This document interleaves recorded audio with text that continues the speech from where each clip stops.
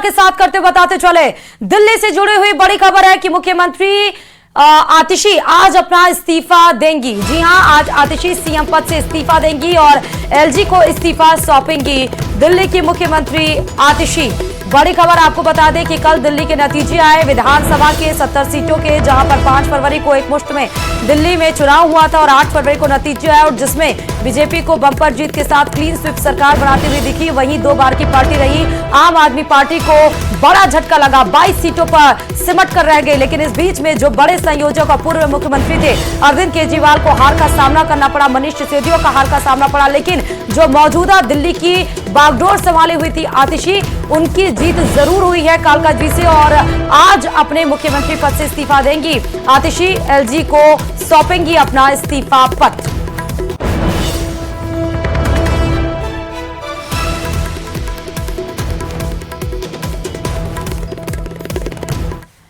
और एक और बड़ी खबर राजधानी दिल्ली से ही। 15 फरवरी से पहले दिल्ली में शपथ संभव नहीं है। सूत्रों के हवाले से यह बड़ी खबर निकलकर सामने आ रही है। पीएम के विदेश दौरे से लौटने के बाद ही शपथ संभव हो पाएगा और आप ये मानकर चलिए कि इस बार दिल्ली के शपथ में वो भव्य और मतलब वो मैनेजमेंट देखने को मिलेगा जो शायद अभी तक ना हरियाणा ना महाराष्ट्र किसी भी चुनाव में देखने को नहीं मिला, क्योंकि 27 साल का सफर था बीजेपी का जो अब जाके पूर्ण हुआ है। इसीलिए यह माना जा रहा है कि शपथ में प्रधानमंत्री नरेंद्र मोदी जरूर रहेंगे। इसीलिए उनका विदेश दौरा है, विदेश दौरे से लौटने के बाद ही शपथ संभव हो पाएगा और आज इसको लेकर दिल्ली में बड़ी बैठक भी होनी है। तो आपको यह भी बता दें कि दिल्ली में बंपर जीत के बाद से जहां पर कमल खिलता हुआ नजर आया, कल आपने देखा कि बीजेपी ऑफिस से प्रधानमंत्री नरेंद्र मोदी ने बहुत बड़ी बातें कही। उन्होंने कहा कि दिल्ली में काबिज होने के बाद वो सारी भ्रष्टाचार की पोल खुलेगी,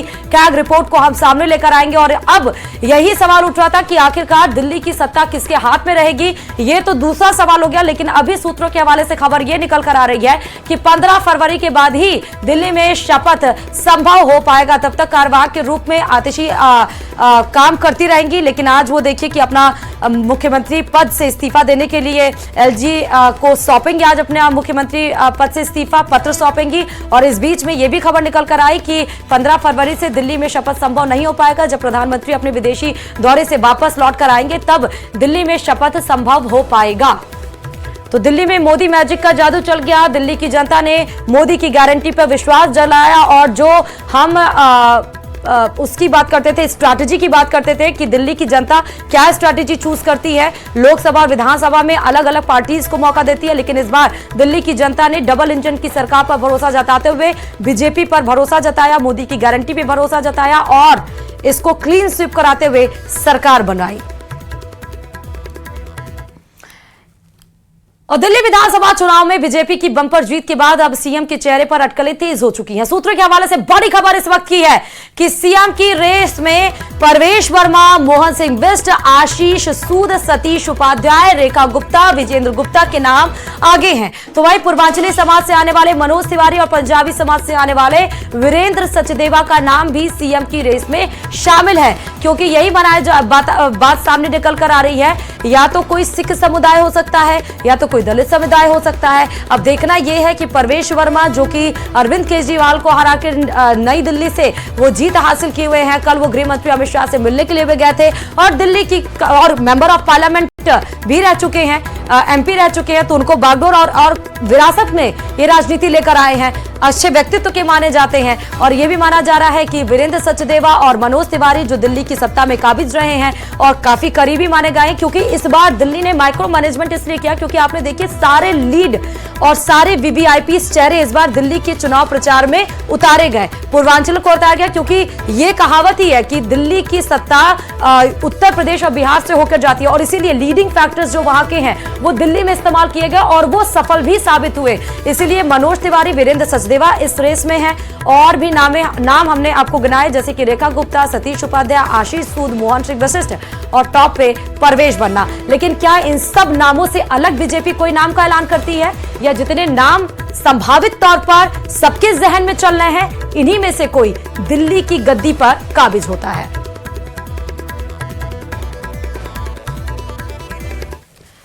और 27 साल के बाद देश की राजधानी में कमल खिला है। दिल्ली में बीजेपी को प्रचंड बहुमत मिला है और सत्ताधारी आम आदमी पार्टी सिर्फ 22 सीटों पर सिमट कर रह गई है।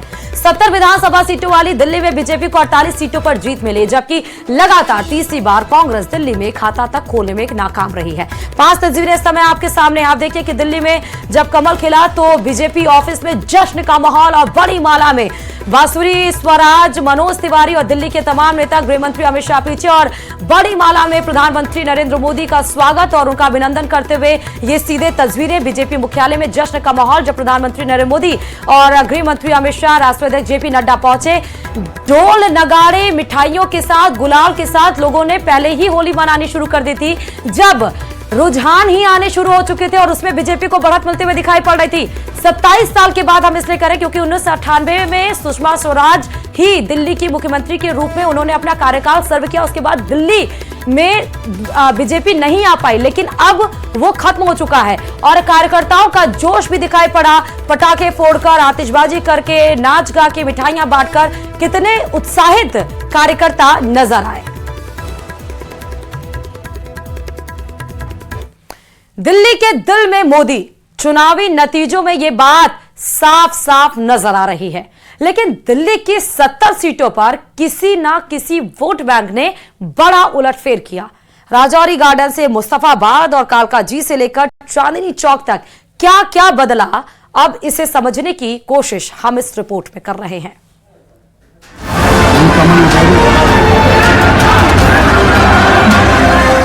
दिल्ली में कमल खिलाने के लिए हृदय से अभिनंदन करता हूं। ऐतिहासिक जीत, ऐतिहासिक दिन। अब दिल्ली का जीत हमारी है, 26 में बंगाल की बारी है। आम आदमी पार्टी के प्रति दिल्ली के आम आदमी ने अपनी नाराजगी का इजहार किया। भरोसा आपने भाजपा पे दिखाया है, हम इसे कभी शर्मिंदा नहीं होने देंगे। दिल्ली प्रदेश केजरीवाल को हटाना और भारतीय जनता पार्टी के पास आना एक बहुत बड़ा संदेश देश के लिए है।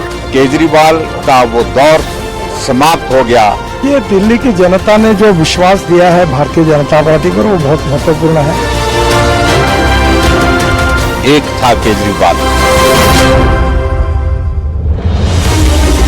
बीजेपी की बम्पर जीत के पीछे दिल्ली के 5 वोट फैक्टर किस तरह चले, किस तरफ चले, किस तरफ इनके वोट पड़े और दिल्ली का वोट चक्र कैसे चला। SC/ST बहुल वोटर वाली सीटों पर क्या हुआ, मुस्लिम बहुल वोटर सीटों पर क्या हुआ, सिख बहुल मतदाताओं वाली सीटों पर किसने बाजी मारी, जिन सीटों पर पूर्वांचल बहुल वोट है वहां कौन जीता, और यूपी उत्तराखंड वाले वोटर जहां ज्यादा हैं वहां क्या हुआ। मोदी जी को जय श्री राम। 27 साल बाद बीजेपी की दिल्ली में वापसी हुई है। केजरीवाल की अपनी सीट और उनकी पार्टी के हर गढ़ का सफाया करने वाले वोट ने इस बार भी बहुत ही निर्णायक फैसला दिया है। सबसे पहले देखिए दलित वोट वाली सीटों पर क्या हुआ। दिल्ली में दलित उम्मीदवारों के लिए 12 सीट रिजर्व है और इस बार इनमें बवाना में बीजेपी जीती, मादीपुर में बीजेपी जीती, मंगोलपुरी में बीजेपी और त्रिलोकपुरी में भी बीजेपी जीती। लेकिन आम आदमी पार्टी ने सुल्तानपुर माजरा में झाड़ू चलाई, करोल बाग में आम आदमी पार्टी, कोंडली, देवली और पटेल नगर में भी आम आदमी पार्टी, अंबेडकर नगर और सीमापुरी में भी आम आदमी पार्टी और गोकुलपुर में भी आम आदमी पार्टी जीती है। यानी आरक्षित सीटों पर आम आदमी पार्टी 8 जगह जीती, जबकि बीजेपी 4 सीट पर जीती। ऐसा 10 सालों बाद पहली बार हुआ जब बीजेपी ने SC आरक्षित सीटों पर खाता खोला है।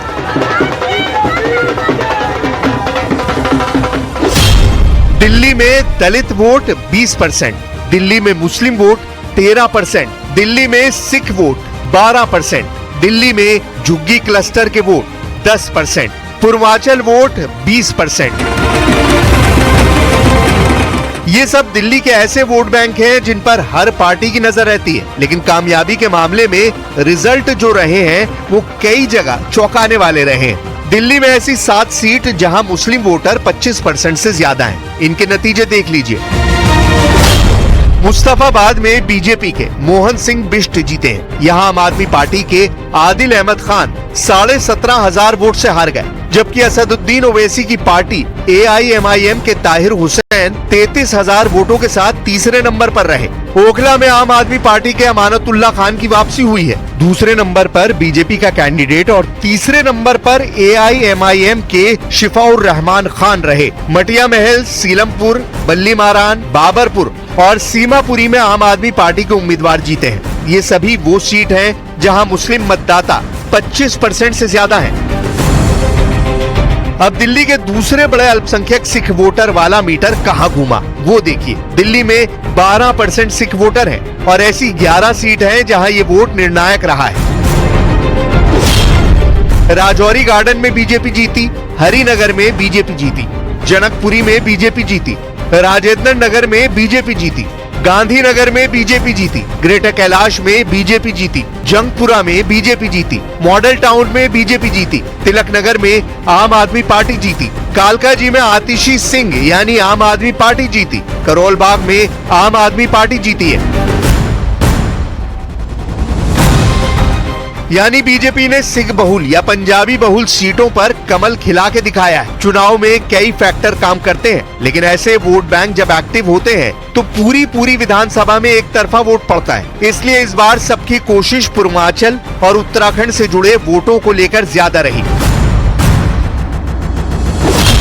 पूर्वांचल वोट बैंक वाले इलाकों में संगम विहार में बीजेपी जीती, विकासपुरी में बीजेपी जीती, द्वारका और पालम में भी बीजेपी जीती, देवली में आम आदमी पार्टी, कोंडली, बुराड़ी और किराड़ी में भी आम आदमी पार्टी ने जीत दर्ज की, सीमापुरी में भी आम आदमी पार्टी जीती, बदरपुर में भी आम आदमी पार्टी जीती है, मटियाला, रिठाला, लक्ष्मीनगर, राजेंद्र नगर और करावल नगर में बीजेपी जीती, मंगोलपुरी, त्रिलोकपुरी, बादली और पटपड़गंज में भी बीजेपी जीती, उत्तम नगर में बीजेपी जीती।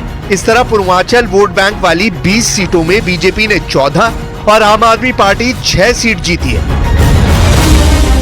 बीजेपी ने इस बार पूर्वांचल का वोट साधने के लिए अलग अलग टीम बनाई थी और उनके तमाम नेता लगातार इन विधानसभा सीटों पर कैंपेन करते रहे। अब देखिए उत्तराखंड से जुड़े वोटरों ने क्या कमाल किया है। दिल्ली में 18 लाख से ज्यादा वोटर उत्तराखंड से हैं और उनके वोट ने बड़ा उलटफेर किया है। इसमें नई दिल्ली यानी अरविंद केजरीवाल की सीट पर बीजेपी जीती, RK पुरम और पटपड़गंज में बीजेपी जीती, पालम और द्वारका में भी बीजेपी जीती, करावल नगर और संगम विहार में बीजेपी जीती है, दिल्ली कैंट, बदरपुर और बुराड़ी सीट पर आम आदमी पार्टी जीती है। यानी 10 ऐसी सीट जहां उत्तराखंड के वोटर हैं, वहां 7 में बीजेपी और 3 पर आम आदमी पार्टी जीती है। आंकड़े बता रहे हैं कि पूर्वांचल के अलावा उत्तराखंड के वोटरों ने भी आम आदमी पार्टी को बड़ा झटका दिया है। एक खास बात इस इलेक्शन की ये रही कि हरियाणा से लगी दिल्ली की सभी सीटों पर बीजेपी का दबदबा रहा। नरेला, बवाना, मटियाला, नजफगढ़ सब जगह कमल खिला है। अब उन 19 सीट का रिजल्ट देखिए जहां झुग्गी झोपड़ी के वोटर दिल्ली के चुनाव में काफी निर्णायक साबित हुए हैं। नरेला में बीजेपी जीती, आदर्श नगर में बीजेपी जीती, वजीरपुर सीट बीजेपी को मिली, मॉडल टाउन और राजेंद्र नगर में भी बीजेपी जीती, संगम विहार में बीजेपी जीती है, मोती नगर, त्रिलोकपुरी और मादीपुर में बीजेपी जीती, शालीमार बाग में भी बीजेपी जीती है, मटियाला में भी कमल खिला है, तुगलकाबाद में आम आदमी पार्टी, बदरपुर और अम्बेडकर नगर में भी आम आदमी पार्टी जीती है, सीमापुरी की सीट भी आम आदमी पार्टी को मिली है, बाबरपुर और ओखला में भी आम आदमी पार्टी जीती, कोंडली और किराड़ी में आम आदमी पार्टी की झाड़ू चली है। यानी झुग्गी झोपड़ी वोट बैंक वाली 19 सीटों में बीजेपी 11 सीटें जीती और आम आदमी पार्टी 8 सीट जीती है। झुग्गी झोपड़ियों में इस बार बीजेपी ने प्रवास कार्यक्रम चलाया और उसके कई नेताओं ने झुग्गी बस्तियों में लगातार प्रचार किया है। दिल्ली का चुनाव इस बार काफी दिलचस्प रहा है। बीजेपी ने झुग्गी JJ क्लस्टर वोट बैंक में सेंध लगाई है, जबकि दिल्ली के ग्रामीण इलाकों में बीजेपी ने क्लीन स्वीप किया है। अब केंद्र सरकार में भी बीजेपी है और दिल्ली की विधानसभा में भी बीजेपी है, यानी दिल्ली में डबल इंजन वाली सरकार का दौर आ गया है। बोलिए यमुना माता की, यमुना मैया की, भारत माता की, भारत माता की, भारत माता की।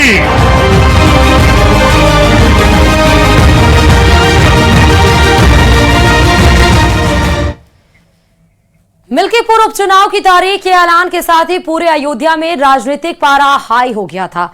लिहाजा बीजेपी ने लोकसभा चुनाव की गलतियों से सबक लेते हुए मुख्यमंत्री योगी आदित्यनाथ को मिल्कीपुर में कमल खिलाने की जिम्मेदारी सौंपी। सूबे की सीएम योगी आदित्यनाथ का मिल्कीपुर में जादू चल गया और मिल्कीपुर विधानसभा सीट पर हुए उपचुनाव में बीजेपी की बम्पर जीत हुई। देखिए रिपोर्ट।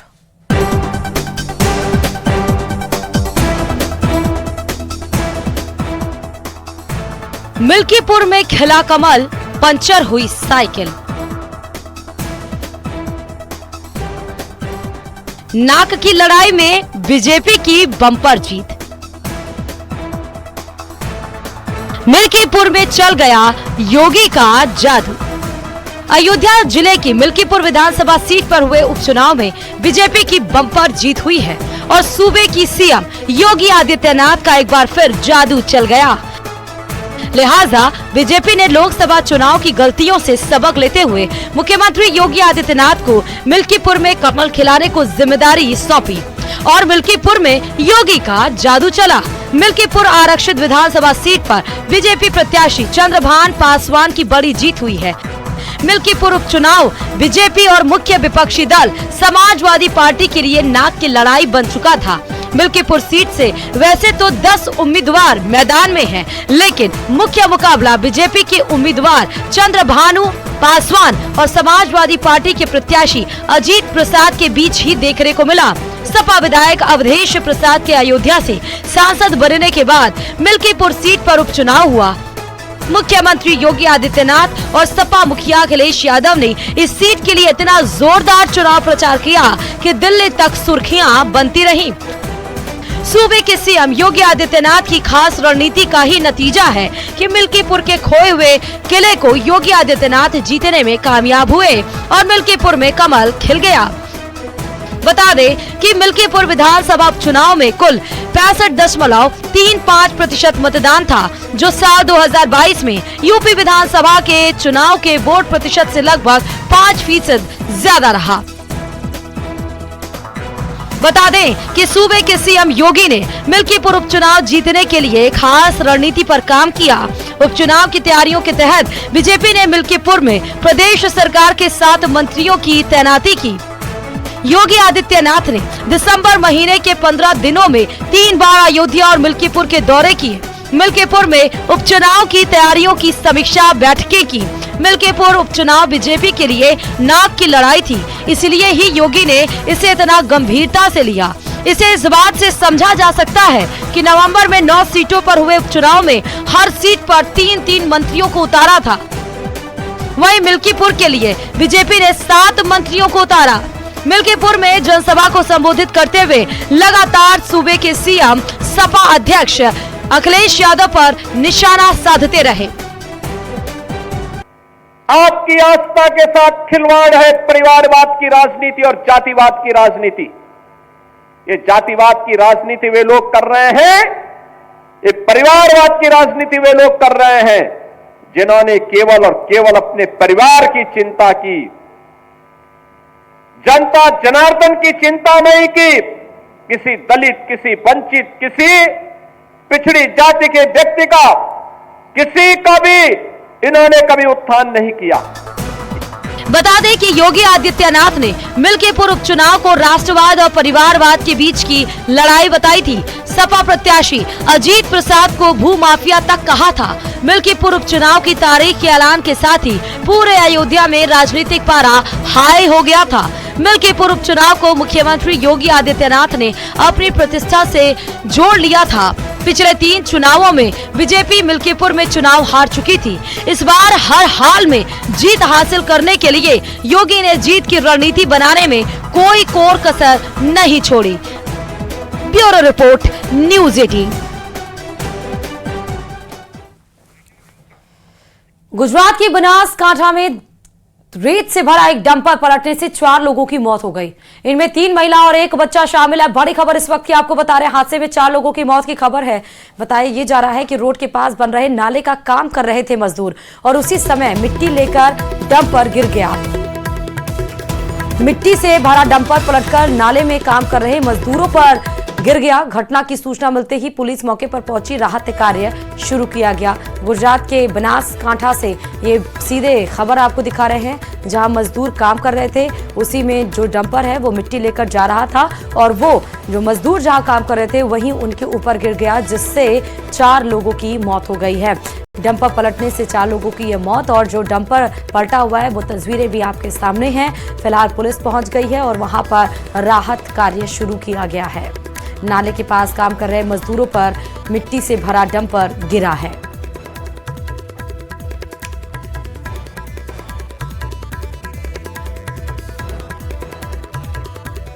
और अब आपको लेकर चलते हैं रुद्रप्रयाग के बधाड़ी गांव। यहां एक पवित्र सरोवर में रंग बिरंगी मछलियां पाई जाती हैं। इस सरोवर के साथ साथ मछलियों की भी धार्मिक मान्यता है और देखने वाला बस देखता ही रह जाता है। आप भी देखिए मछलियों का ये अद्भुत संसार।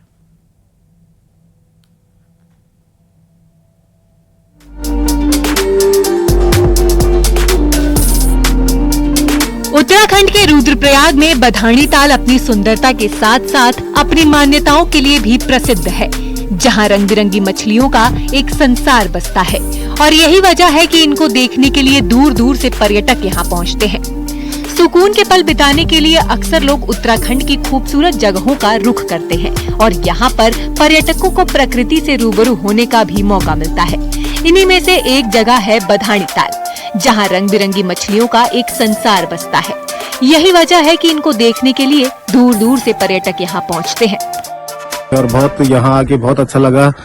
यहाँ बहुत खूबसूरत मछलियाँ दिखती हैं और यहाँ आके ये भी पता चला है कि जो भगवान शिव पार्वती का विवाह स्थल है त्रियोगी नारायण, वहाँ का जल इस तालाब में आता है और देवी शक्ति के रूप में जो यहाँ पे रंग बिरंगी मछलियाँ हैं उनको पूजा जाता है। कहते हैं कि महाभारत काल में जब पांडव केदारनाथ की ओर जब जा रहे थे तो द्रौपदी के द्वारा जब सायंकालीन जो रात्रि प्रवास यहाँ पर किया गया, द्रौपदी के द्वारा प्रातः काल में स्नान के लिए निवेदन किया गया अर्जुन से, तो अर्जुन के द्वारा ही उस समय इस झील को अपने तीर से उसको उत्पत्ति इसकी बताई गई है। तो उस समय से इसका एक विशेष महत्व है। इस बधाड़ी ताल का पांडव कालीन इतिहास है और मान्यता है कि शिव पार्वती के विवाह स्थल विष्णु मंदिर त्रियोगी नारायण का जल बधाड़ी ताल में आता है, इसलिए ये झील भगवान विष्णु को समर्पित है। और इस ताल में मौजूद रंग बिरंगी मछलियों को भी देवतुल्य माना जाता है, जिनकी श्रद्धालु और पर्यटक पूजा करते हैं। होती है दूर दराज से पर्यटन ट्रेकिंग लोग यहाँ पे आते हैं और मछलियों को चावल और खाद्य सामग्री भी देते हैं। रंग बिरंगी मछलियाँ यहाँ पे जब उनको खाना दिया जाता है तो छेड़ता नहीं है, नहीं इनको कोई छेड़ता नहीं है, ये तो भव्य है, बिल्कुल पूजनीय है। बधाड़ी ताल में रंग बिरंगी मछलियों की दुनिया हर किसी को आश्चर्यचकित करती है और इन मछलियों की पूजा होती है।